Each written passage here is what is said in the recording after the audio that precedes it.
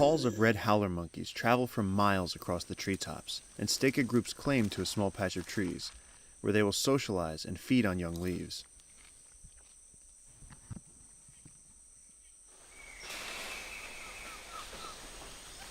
Troops of brown capuchin monkeys will range far throughout the forest and will eat almost anything they can get their hands on, whether it's flowers, insects, fruit, or even small mammals.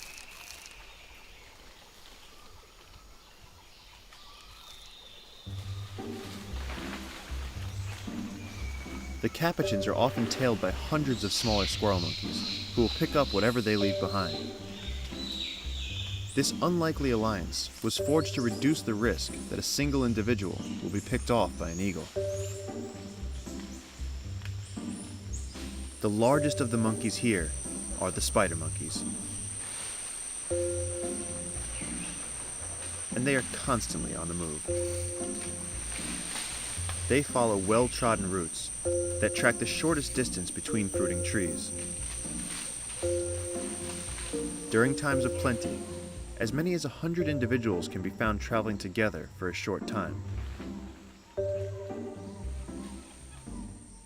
When small groups meet, new friends are made, and new groups are formed.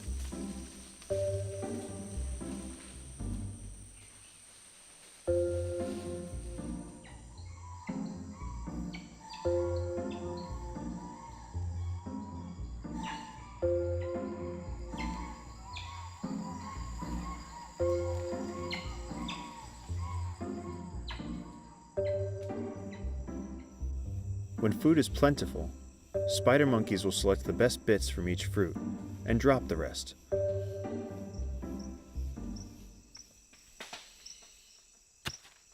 But it rarely goes to waste, as peccaries that roam the forest floor will consume much of what's been dropped.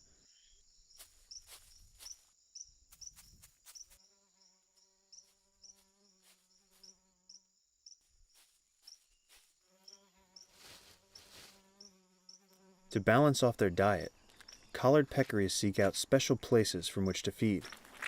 The thick mud in this hole contains unusually high concentrations of salt, a rare treat so far from the sea.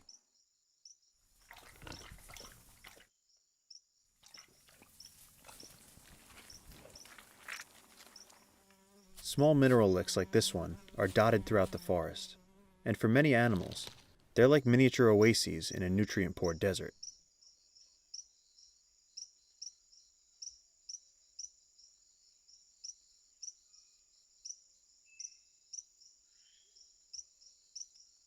Throughout the day, a variety of visitors come and go. Some, like this red brocket deer, are particularly wary, as they know that jaguars hunt here too.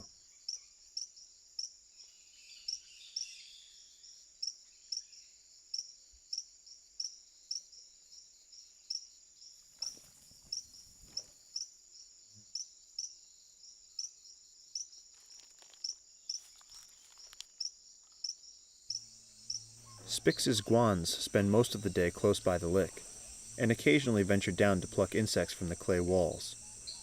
But at the slightest sign of danger, they'll sound the alarm and let others know that it's time for them to leave.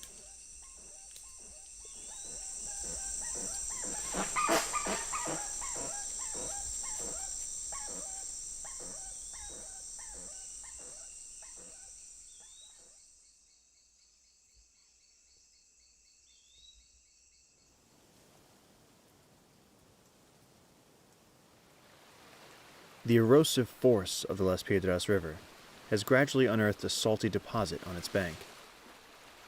This is the last remains of an ancient ocean that dried up many millions of years ago. Macaws flock here from tens of miles around.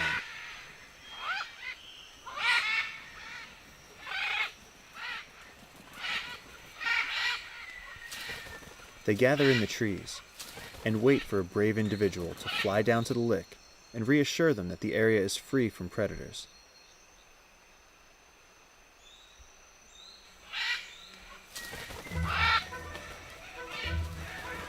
Once a few make it down safely, the rest decide to follow.